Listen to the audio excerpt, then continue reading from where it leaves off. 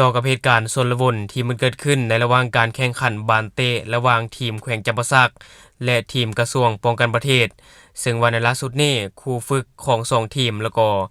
หัวหน้าทีมก็ได้ออกมาชี้แจงเป็นที่เรียบร้อย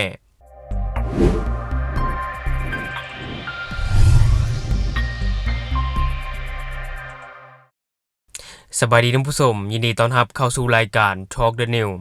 และหัวข้อที่ข้าพเจ้าอยากจะนำเสนอในมื้อนี้ก็จะมาเว้าถึงเหตุการณ์ชลวนในระหว่างการแข่งขันบาลเตะทีมแขวงจำปาสักและก็ทีมกระทรวงป้องกันประเทศหรือว่าทีมทหารนั่นเอง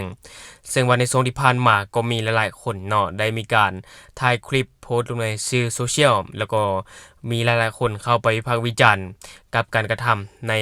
เดินสนามนั่นเนาะบางคนก็ไปเชียร์มวยในเดินบานเนาะท่านผู้ชมแต่วันในล่าสุดนี้ครูฝึกของ2ทีมแล้วก็หัวหน้าทีมของ2ทีมก็ได้ออกมาชี้แจงเป็นที่เรียบร้อย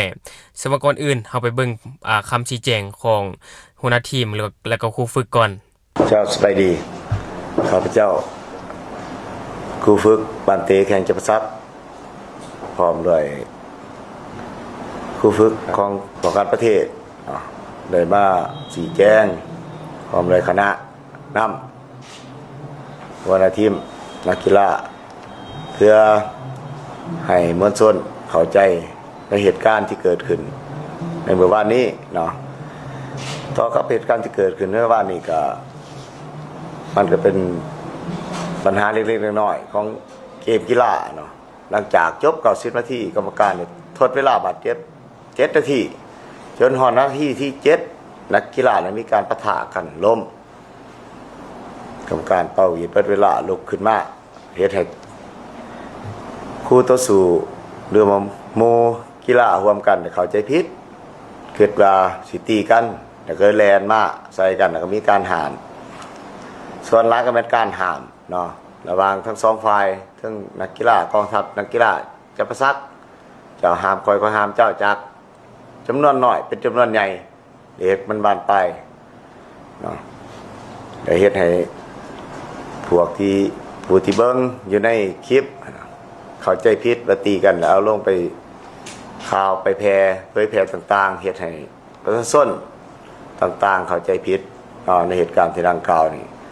ดังนั้นพวกเฮาจึงมาชี้แจงให้ทั้งประชาชน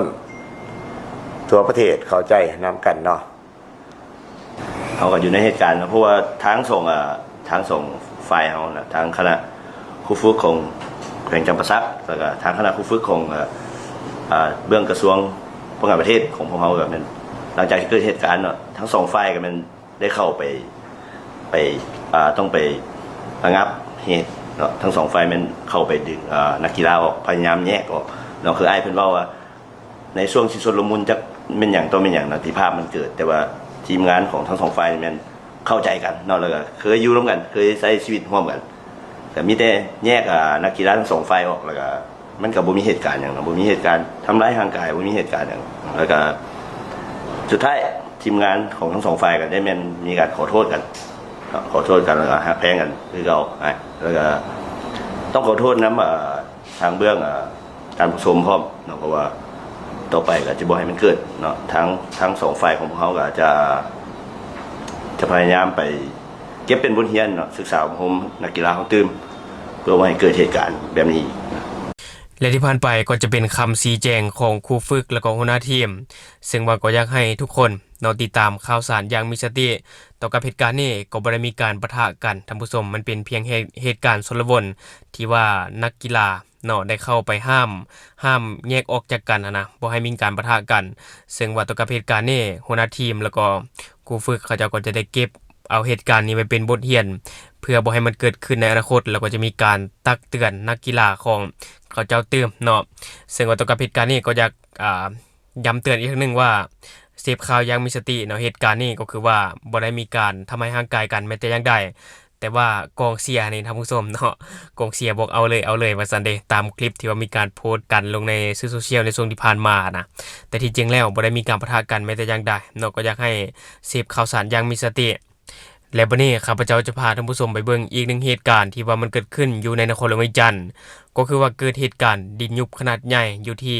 บ้านทงมังเมืองเสถานีนครหลวงเวียงจันทน์ ก่อนอื่นทำไปเบิ่งภาพที่ว่ามีประชาชนได้ถ่ายเอาไว้ก่อน สบายดีพี่น้องสบายดีตอนเช้ามื้อนี้วันที่16เนาะวันอาทิตย์ที่16 2025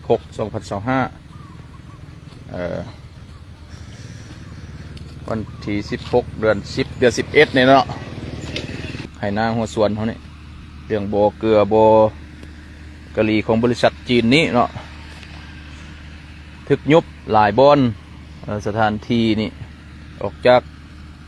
บ้านมาเนาะออกจากบ้านนั้นประมาณกิโลนึงเนาะเบื้องตัวนั้นจะเป็นโรงงานเด้อมันจะเป็นโรงงานทางหลังโรงงานเก่าเนาะตัวนี้เป็นโรงงานใหม่ไปนี่ถึงพื้นนี่ได้ยินเสียงมาซื่อๆเป็นตะยานสุดเลยเบิ่งแต่ลักไฟฟ้าเนี่ยเนาะลักไฟฟ้าเบิ่งสูงเนาะจำพื้นมาเลยเห็นบ่น้ำบดเบิ่งตามนี้เบิ่งลักนี่เนาะยังเหลือซ้ำนี้โอ้หลวงสูงหลวงยาวอยู่ถึงมันเนาะยังเหลือประมาณครึ่งนึงบางบอลลักไฟกันเนาะตัวนี้ ตัวนี้จะเป็นการคือจะเป็นการสดเสยของกระเจ้าแล้วเนาะกระเจ้าออกไปหมดแล้วนี่เลี้ยงเป็ดเลี้ยงไก่นี่เอาเคี้ยวถ่ายเคี้ยวนี่เนาะถ้ามาเบิ่งว่าดินมันหยาบเทบอแตกเทบอหรือว่าจะดินจะบอลจะทันทีเด้อเอาขออนุญาตจะดินจะบอลจะทันทีเนาะขอถ่ายรูปถ่ายฮอนเนาะเพื่อว่าสัญญาณมันขาดไปเมื่อกี้เนี่ยสัญญาณมาแล้วได้ยินเสียงบ่เนาะ เอาเสียงมาถ่ายไปนี่นะคนวงความใหญ่เนาะตัวนี้แม่นมดเลยนี่พี่น้องจักจะลงมือได้นี่เนาะแม่นมดเลยระดับเม็ดพวกแหละบนนี้บรรยาเนี่ยเอามือเขาป่าสิเนาะเดี๋ยวนี้มันอยู่โทรศัพท์แล้วเนาะเสียหายบอกดินแดงดินเคิร์ฟนี่เนาะผมมาทันเลี้ยวเท่านั้น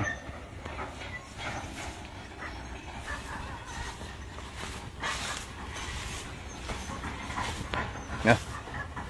ตัวนี้คือดินทมเนาะจะเจาะค้างออกมาจกมาแล้วก็เอานะดินมาใส่